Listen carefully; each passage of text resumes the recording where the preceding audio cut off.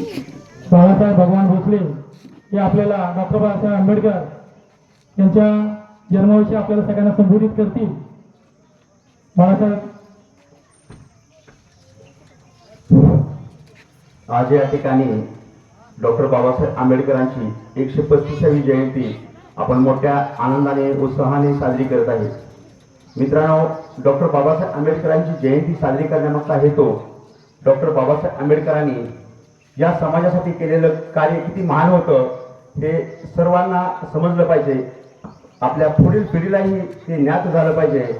यासाठी आज संपूर्ण भारत देशामध्ये डॉक्टर बाबासाहेब आंबेडकर महामानव यांची 135वी जयंती मोठ्या आनंदाने आणि उत्साहाने साजरी करत आहे. मित्रांनो, डॉक्टर बाबासाहेब आंबेडकरांनी या देशाची राज्यघटना लिहिताना अनेक गोष्टींचा विचार केला. अनेक रात्र जागून त्यांनी या देशाची राज्यघटना संविधान कसं असावं याविषयी त्यांनी अतिशय चांगल्या पद्धतीने या देशाचं संविधान लिहिलं. आणि हे संविधान लिहित असताना या डॉक्टर बाबासाहेब आंबेडकरांच्या संविधानाचा जवळजवळ 60हून अधिक देशांनी डॉक्टर बाबासाहेब आंबेडकरांनी लिहिलेल्या संविधानातील आदर्श जी तत्व आहेत त्या तत्वांचा स्वीकार केला.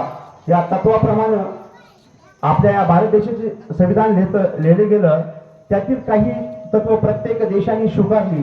अशा या महान डॉक्टर बाबासाहेब आंबेडकरांचा आज आपण महागौरव करतो, जयंतीच्या माध्यमातून महागौरव करतो.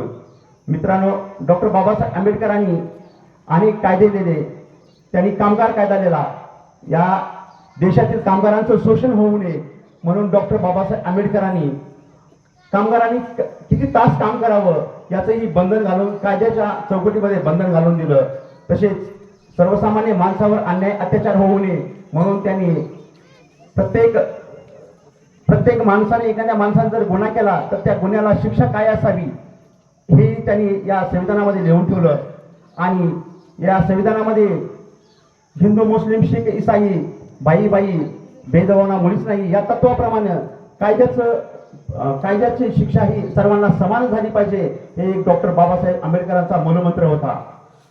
गोरगरिबांसाठी वेगळा कायदा, श्रीमंतांसाठी वेगळा कायदा असं या डॉक्टर बाबासाहेब आंबेडकरांनी कधीही मतभेद किंवा भेदभावना केली नाही. सर्वांसाठी समानच कायदा केला. तसेच या देशातील सर्वसामान्य माणसाचा डॉक्टर बाबासाहेब आंबेडकरांनी एक मताचा अधिकार देऊन महागौरव केलाय. या देशाचे सर्वोच्च पद भोगणाऱ्या राष्ट्रपतीला सुद्धा एकाच मताचा अधिकार आणि तुमच्या आमसारख्या सर्वसामान्य माणसाला रस्त्यावरून फिरणाऱ्या अगदी गरीबाला सुद्धा एकाच मताचा अधिकार देऊन डॉक्टर बाबासाहेब आंबेडकरांनी सर्वसामान्य माणसाचा खरोखरच महागौरव केला. डॉक्टर बाबासाहेब आंबेडकरांनी या समाजातील सर्वांना शिका, संघटित व्हा आणि अन्यायाविरुद्ध जोरदार संघर्ष करा हे एक मूलमंत्र दिलं. डॉक्टर बाबासाहेब आंबेडकरांनी सर्वांनी शिकलं पाहिजे, शिक्षण घेतलं पाहिजे. शिक्षणाला जर तुम्ही घेतलं तर तुम्हाला प्रत्येक गोष्ट अतिशय चांगल्या पद्धतीने समजणार आहे हे डॉक्टर बाबासाहेब आंबेडकरांना माहीत होतं. शिक्षण घेतल्याशिवाय हा माझा समाज सुधारणार नाही. म्हणूनच डॉक्टर बाबासाहेब आंबेडकरांनी सर्वप्रथम शिका, संघटित व्हा. आणि मित्रांनो, नुसतं शिक्षण घेऊ नका तर शिक्षण घेत सर्वांनी एकत्र बसा, विचाराची देवाणघेवाण करा हे डॉक्टर बाबासाहेब आंबेडकरांनी या समाजाला मूलमंत्र दिला.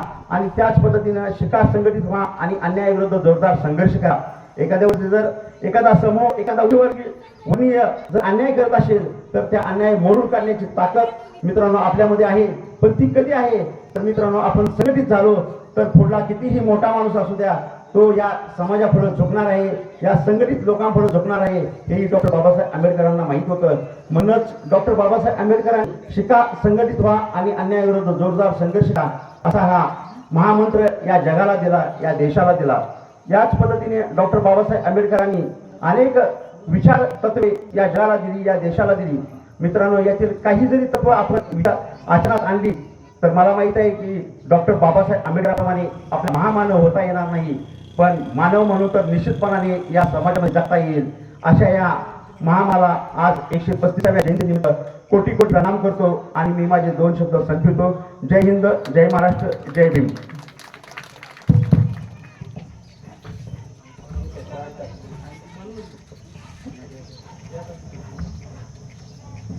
आता आपल्याला भोसले साहेबांनी आपल्याला संबोधित केलं आणि त्यांनी सांगितलं शिका, संघटित व्हा आणि संघर्ष करा. तर त्यांनी हेही सांगितलं की बौद्ध धर्म 156 देशामध्ये कसा काय विकसित झाला आणि त्या राष्ट्रामध्ये त्यांनी आपली प्रगती कशी काय केली. त्यानंतर बाबासाहेबांनी जे योगदान दिलेलं आहे, जे कलम दिले सगळ्यांना आपल्याला संघटित राहण्यासाठी त्यांनी सांगितलेलं आहे.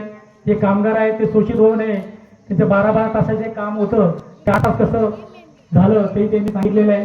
त्यानंतर आपल्याला जी रविवारची सुट्टी मिळते ती बाबासाहेबांच्या कृपेमुळे मिळते. त्यानंतर आपल्याला बोनस मिळतो दिवाळी, तोही बाबासाहेबांच्या कृपेमुळे मिळतो. हे सगळ्यांना ज्ञात असावं. यानंतर उत्तम नाना गरे गलाई असोसिएशनचे सदस्य ते आपल्याला संबोधित करणार आहेत.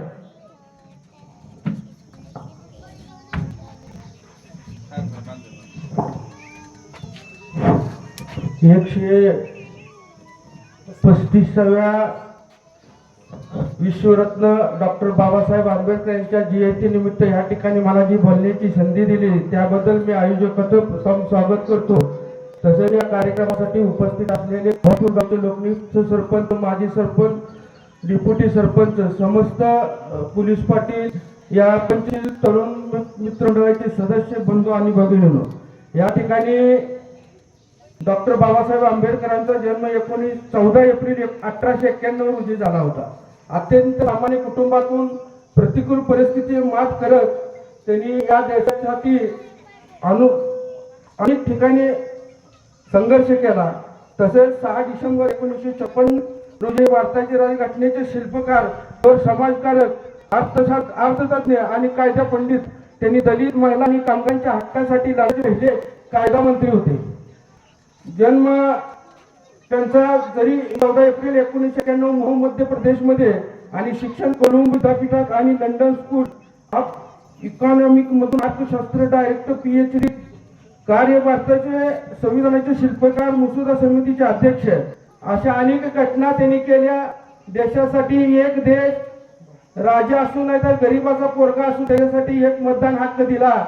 असे अनेक कायदे करून शोषित, दलित आणि मागासवर्गीय समाजाला आज मोठ्या ठिकाणी आणि चांगलं मान सन्मान सर्व समाजाला मिळावं असं त्यांनी काम केलं. अशा थोर युग पुरुषासाठी मी त्यांचं कोटी कोटी नाव करून मी माझं 2 शब्द संपवतो. जय हिंद, जय महाराष्ट्र. भरे साहेबांनी सगळ्यांना संबोधित केलेलं आहे. त्यांनी सांगितलेलं आहे की राजाच्या पोटी जो जन्म, राणीच्या पोटी जो जन्म घेतो आणि तोच राजा होतो. पण बाबासाहेबांनी तुम्हाला असा अधिकार दिला मताचा की तो त्यांनी राजा केलेला आहे. की केवळ बाबासाहेबांची देण आहे. राजाही तुमच्या मतदाराच्या दारापर्यंत मताची मागणी करतो. म्हणजे किती मोठं बाबासाहेबांनी तुमच्यावरती तुम्हाला उपकार केलेले आहे याची तुम्हाला ज्ञात असावं.